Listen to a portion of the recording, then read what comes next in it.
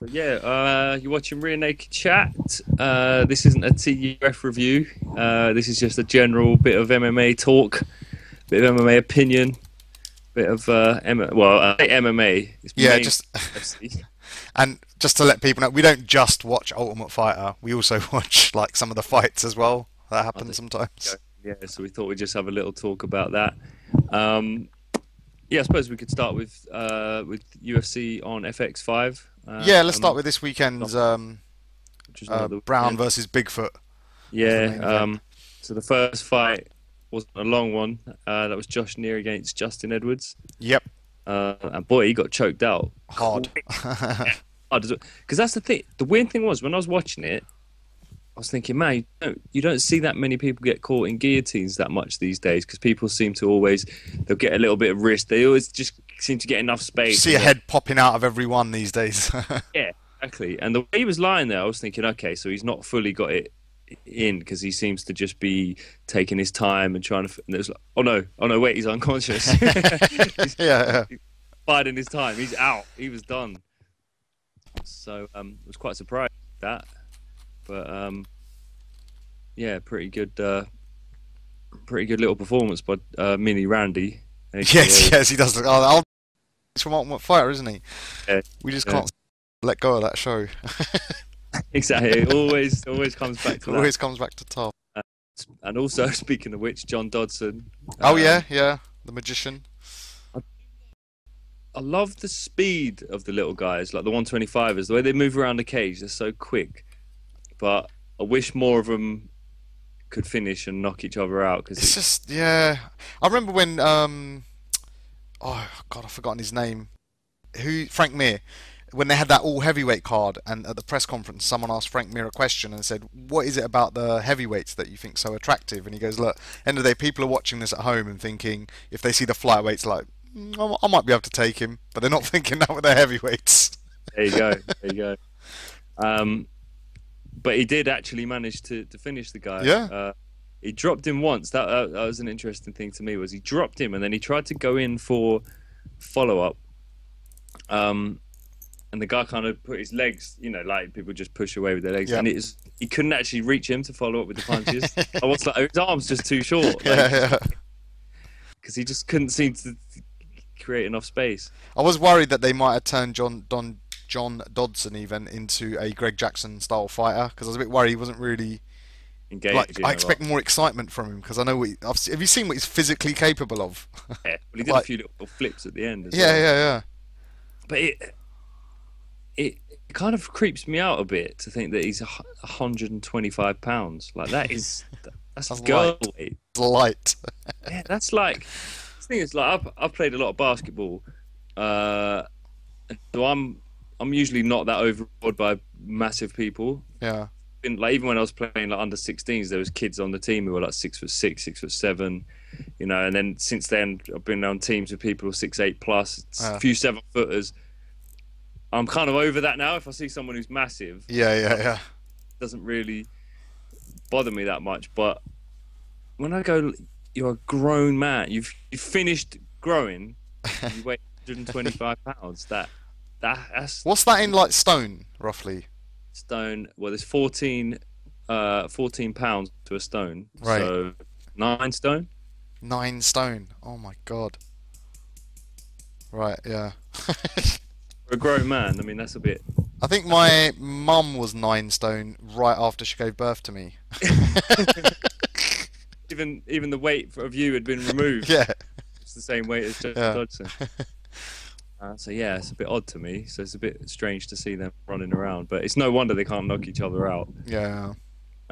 But he It got makes a in the nice second. change though. It makes a nice change. I'm glad they're in the division, but I wouldn't put up with it if there was like, three back-to-back main events of just the flyweights. Yeah, I'd be a bit annoyed. Yeah, throw him on in it. It's a little bit like women's MMA, isn't it? Really, like, So disrespectful, but it's true. throw one or two in, I'll watch. But if it's a whole card and not that bothered, yeah, it is disrespectful. I will say for women's MMA is it's a lot better than women's wrestling. By wrestling, I mean WWE wrestling. Women's WWE is That's not technically wrestling, though, is it? That's porn for 8-year-olds. No, but I mean, like, if you look at a male to female version, Yes, yeah, I see what you mean. the gap in skill level in wrestling is woo. Drop off is a lot. Yeah, true. But the next fight that was on that main event was a really good one. Was Danny Castillo against Michael Johnson. Now, Yeah, that was actually part of the prelims, but it was a good fight. They showed it on they put that in. Yeah. Right. Yeah, because I only watched the main broadcast. Yeah, I kind of root for Michael Johnson. I do. Probably because of... I love a UF guy. Yeah, I love tough guys, and Black Zillions. And he was on GSP's team, wasn't he? That's right. When he was on, yeah, he seemed like a good guy, man. Like, he just wants to get better. Like a cool guy. And I'm a fan of anyone who comes out the Black Zillion camp as well. They all seem like cool guys. Yeah. Well. They were due a win as well. They've had a few bad results recently with well, the big ones that they've had with Rashad, and then Vitor trained with them as well. I mean, they both fought John Jones. Though, that's true. That's not a fair comparison at all. But Castillo's looked good. The last few times I've seen him fight, he looked really handy. Yeah. And he looked fucking good in that first round. Like how Johnson managed to weather that storm, because he got dropped. He was tough, man. Did you see post-fight press conference when he goes, like, he really explained it well. He's like, I was literally thinking, I'm on a 3-fight win streak. I'm not losing that win streak. No way. I'm not starting from scratch again. Fuck that. Nice. And just fought through. Yeah. And he got knocked out of the night as well. Yeah, that was lovely. It was weird though, because that knockout shows the importance of accuracy in striking. Yeah, it wasn't even a hard punch. It was little one, like, but he just caught it right on the right spot. Yeah. It was enough to drop him. He just made sure he didn't get back up. Because he was out as well. He was done. So he's on quite a win streak now. Yeah. Well, Castillo was 4-0 before that fight. Oh, really? Fucking hell. And then so Johnson's now gone 4-0 by beating him. So I'd like to see who he fights next, man. Yeah. I say I'm rooting for him. Then Jake Ellenberger versus Jay Hiron. Well, yeah. Which was... I didn't actually take any notes for that. No, because it was a bit of a boring fight. I was sort of falling asleep, and every round was 29-28 to Ellenberger, and he kind of just did enough every round, and that was it. Just did enough. I think that says it all. Yep. So what was the other one after that? The main event? Main event, yeah. Bigfoot. In between, there was a little preview of Bonner and Silva. Silva, yeah. Bonner really doesn't care, does he? Mate, he's mental. Because they had, and he did that little skit with Forrest, where Forrest was basically saying, "Whatever you do, you're fucked." So he's having fun with it, you know. It's, in a way, that's kind of bringing me round to like this could actually turn out to be an enjoyable fight. I know a lot of it is them hyping it up and selling you the fight, so they're trying to make it seem like he's got you never know. He's got what they call in the game a puncher's chance, and that's never good when they say that.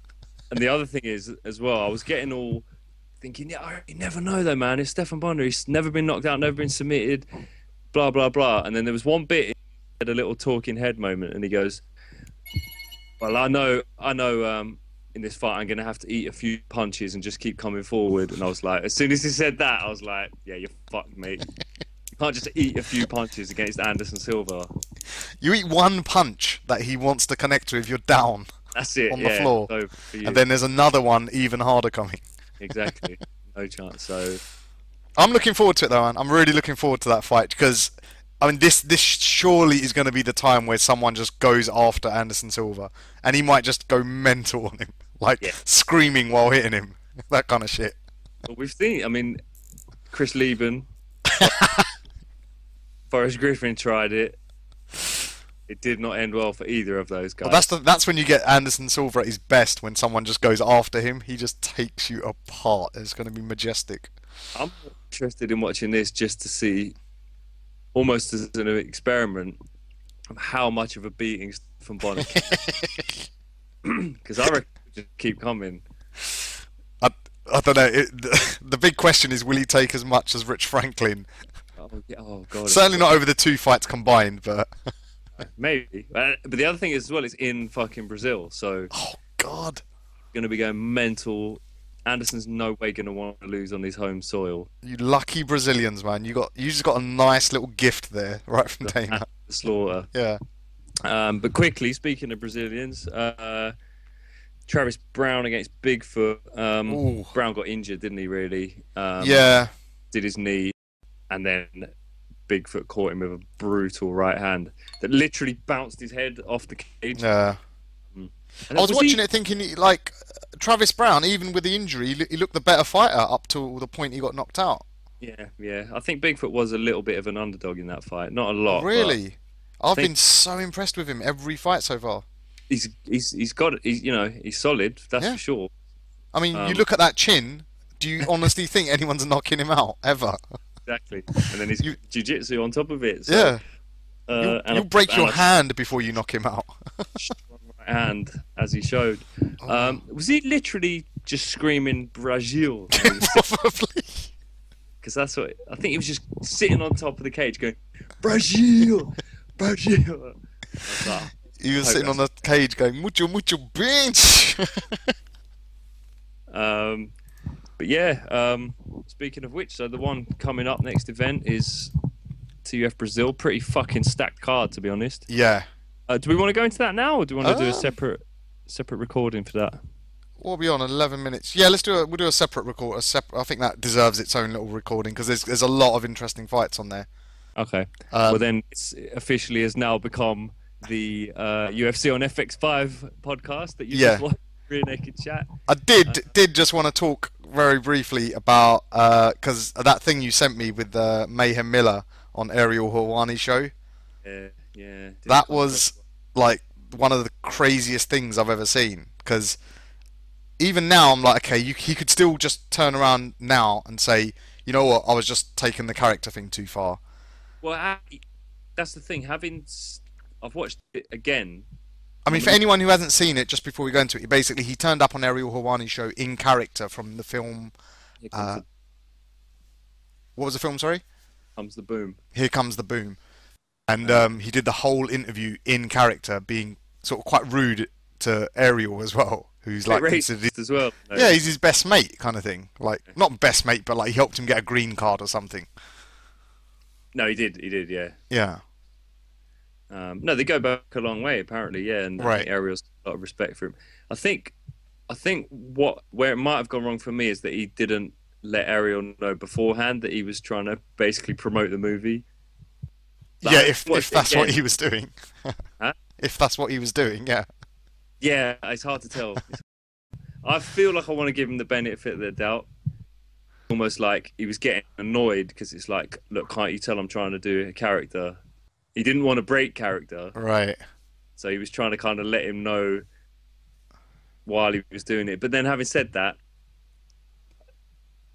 the Ariel then came on afterwards and shaken up. He was shaken up and said I was chasing him down the street. Wouldn't talk. So that is a little bit worrying, I think. And no, he did catch him up, and he was still talking in character, even though no one was around. Oh God, okay. That's what happened. Oh, dear. I don't know, man. Mayhem might just be like, you know how in Peep Show, Superhands is just a functional crackhead. He might just be like a functional mental case. Like he is mental, but he can still just get through life just by having these little episodes. Yeah, like he's bipolar. Yeah, it did seem like he was on a bit of a manic episode, didn't he? Really. Yeah. As well, if this had just happened, kind of, like say he'd had a fairly successful last couple of fights in UFC. Fuck me, can't stop saying. Because he had a very bad showing against Bisping, then against CB Dollaway he was injured, and just didn't end well.